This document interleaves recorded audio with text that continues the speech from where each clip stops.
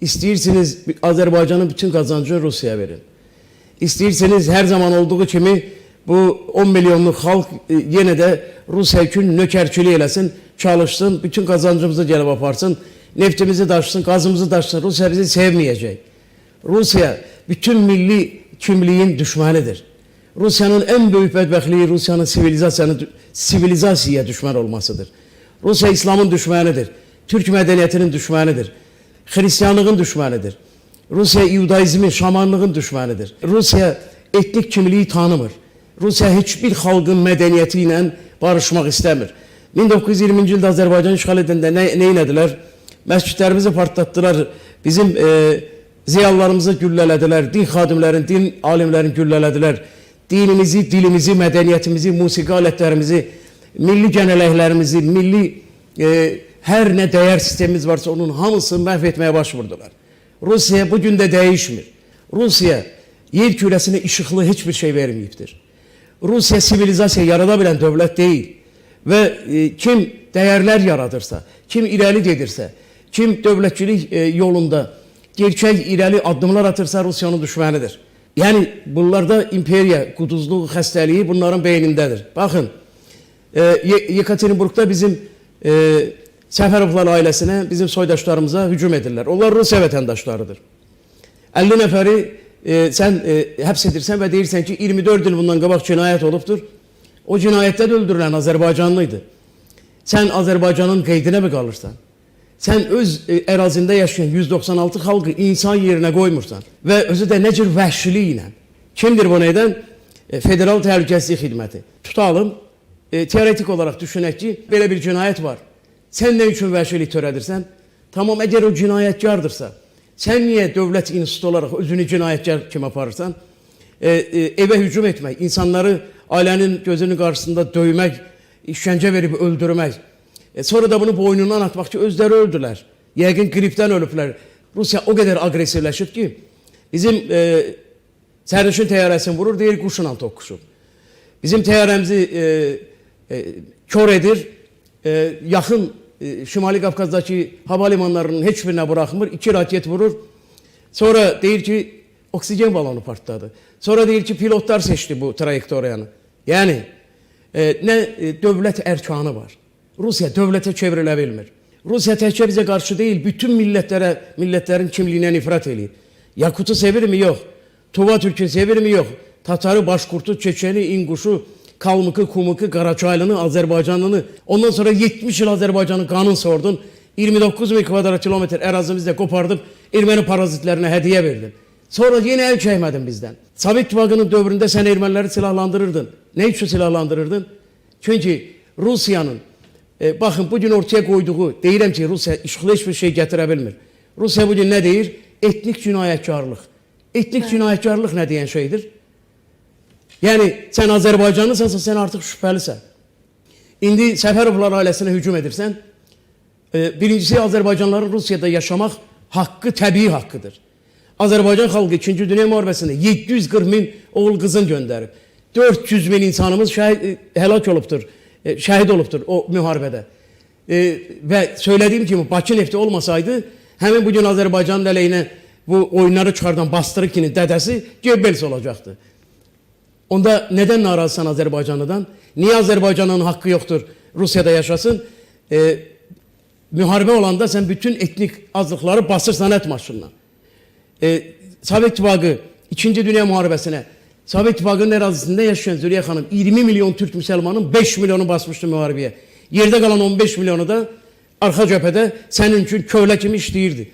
Azerbaycan'ın neft sənayesinde 90 bin Azerbaycan kadını çalışırdı. 90 bin kadın ac, yalavac, ayak yalın, baş açık, Stalinizm ve Bolşevizm qələbə çalsın diye bizim analarımız, bacılarımız dizine kadar mazutun içinde neft çıkardırdılar. Sen bunları hansına değer verdin? 1945. yılda 8 bin Azerbaycanlı qələbədən sonra hiçbir sebep olmadan güllələndi. Unudaq mı biz bunu? Erməninin əli ilə Sovet İttifakı 14 milyon Türk Müslümanın kanını töküb. 14 milyon. Siz düşünebilirsiniz mi? Ben yine de sen bu səhifəni mən kapatmak istəyirəm. Tamam. Sen kapatmırsan. Sen yine imperiya kuduzluğu xəstəliyin özündən kənarlaşdıra bilmirsən. Halklara yukarıdan aşağı bakırsan. Neden? Hansı səbəbinə? Sen neye göre hücum edip ailenin üzvlərinin gözü karşısında dövüp öldürürsen insanları, özüne de sivil devlet değilsen. Bu devlet marifetidir mi? Siz sərnişin təyyarəsinin raketine vurursunuz. Niye üzür istemirsiniz? Niye kompensasyon ödemirsiniz? Ne için siz devletlere yukarıdan aşağı bakın? Tamam. Azerbaycan'ı sevmirsen, anladım. Tatarı da, Başkurdu da sevmirsen, bunu da anladım. Gürcünü niye sevmirsen? O da Pravoslav Hristiyanıdır. Tamam. Ukraynalı niye sevmirsen? O Şərqi Slavyan xalqıdır, senin din kardeşindir. Tamam, onları da sevmirsen. Latış'ı sevmirsen, Eston'u sevmirsen, Almanı sevmirsen, Fransızı sevmirsen, Britanyalı sevmirsen, Ərəbi sevmirsen, Türk'ü sevmirsen. Ya sen devlet olabilmezsen. Senin felsefen vəhşiliktir. Söylediğim gibi bir ışıklı nəsə deyin ki bunu Rusya getirip devlet kuruculuğunda. Bir model getirdiniz mi siz iktisadi model? Sovet İttifakı bir koloniyaydı. Sovet İttifakında müftə insanları bedelsiz, ücretsiz işletmek için 50 bin oyunlar çıkardırdılar. Milyonlarla insanı bunlar konsentrasiya düşərgələrine gönderip qeyri-insani şəraitdə istismar edirdiler. Pulsuz əmək, kolxozlarda maaş vermirdiler. Əmək günü verirdilər, naturada güya hesaplaşırdılar. Ama o neydi? Təhkimçilik hüququydu, kolxoz quruculuğu. Rusiyada 300 ildən çox təhkimçilik hüququ olubdur. Ərə gedən ağasından icazə almalıydı. Nə əkəsidir, ağa icazə verməliydi. Kendi terk etmək üçün ağadan icazə alınmalıdır. 300 il bunlar köləlik şəraitində yaşadıblar, öz xalqların. İndi də sen Türk halkının medeniyetinin karşısında hiçbir şey diyebilmezsen, gücün yetmir. Bu töredilen vəhşiliktir. Ve Azerbaycan buna çok keskin reaksiya verir, çok doğrudur. Biz indi devletimizin sesine ses vermeliyiz. Biz Azerbaycanlıları hard olmasına nasıl olmayarak biz müdafiə etmeliyiz. Üstelik de söyleyeyim, Rusya'nın 56% torpağı Türk torpağıdır.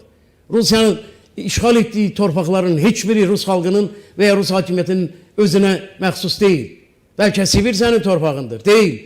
Belki Astrakhan senin torpağındır, değil. Belki Orenburg senin torpağındır, değil. Bunlar Türk torpaqlarıdır. Belki Derbent Azerbaycan'ın torpağıdır. Belki Dağıstan senin torpağındır, değil. Kuril adaları Japonya'nın, Karelya Finlandiya'nın, Kaliningrad, Königsberg Almanya'nın. Hansı torpaq senin özünündür ki sen orada yaşayan halklara bu cür yukarıdan aşağı bakasan. Çeçen öz torpağında yaşayır, Yakut öz torpağında yaşayır, Tatar öz torpağında yaşayır, Başkurd öz torpağında yaşayır. Sənə bugün et maşınına basmağa insan lazımdır. Etnik azlıqları, etnik toplumları, dini icmaları bas ora. Və sənin kilsən İslamofobiyaya dəstək verir. Bu necə dövlətdir? Din xadimi çıxıb çağırış edir ki, Müslümanlar sağlam yaşayırlar, idmanla məşğul olurlar. İstənilən vaxt güya molla göstəriş versə, bütün Rusiyanı bunlar doğrayacaqlar diye bir debil keşiş çıxıb çıxış edir ve onu da patriarkları müdafiə edir. Bu necir dövlətdir? Bir dövlətin, din xadimlərinin hamısı zamanında NKVD-nin, Sovet İttifaqının dövründə KKB-nin, indi də FSB-nin şinelindən çıxmış olar. Ve Ukraynaya giden tankı bu dini merasim düzeldir. Həmin bu Qundiyayev, bunların bu patriarxı xaç suyuna çəkir tankı. Yani Ukraynalıları öldürmeye giden tankı xaç suyuna çeken bir əbləh barədə necə düşünürsünüz? Bu devletin siyaseti necə ola bilər əgər bunun din xadimi budursa? Ve bunlar Ukraynaya karşı törədilmiş qətliamı Rusiyanın patriarxı həyasızlıqla deyir ki, Rusya hiç zaman heç kimə hücum etməyibdir. Rusya son tarixində 88 müharibə edibdir. Onun 58'inde təşəbbüskar Rusya özü olubdur. Rusya qan çanağıdır. Rusya xalqların sallaxanasıdır, həbsxanasıdır, zindandır Rusya. Ona göre de Azerbaycanlıları biz orada müdafiə etməliyik, haqları müdafiə etməliyik. Səsimiz yettiği kadar onları müdafiə etməliyik. Heç bir Azerbaycan dövləti sahipsiz bırakmamalıdır. Ve şükürler olsun ki Azerbaycan çok sert reaksiya verir. Necə ki təyyarə qəzasında bugünkü hadisələrdə Azerbaycan dövləti, dövlətimizin başçısı, bütün dövlət institutlarımız yeterince sert cevap verirler ve sizin sözünüzün evvelinde söylediğiniz gibi Azerbaycan elinde sonunda Rusya münasibetlerine yeniden bakmalıdır. Son cümlem, Azerbaycan ne kadar çok qələbə çalacaksa Rusya bir o kadar çok agresifleşecektir. Azerbaycan ne kadar azat olacaksa Rusya bir o kadar yırtıcılaşacaktır bize karşı.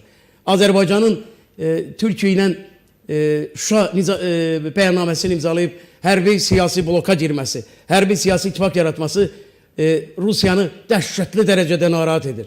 Azərbaycan ərazi bütövlüyünü təmin edib. Azərbaycan erməni separatizmi kökündən çıxardıb tarixin küllüyünə atıbdır. Azərbaycanın bütün qələbələri Rusiyanı bizə qarşı yırtıcılaşdırır.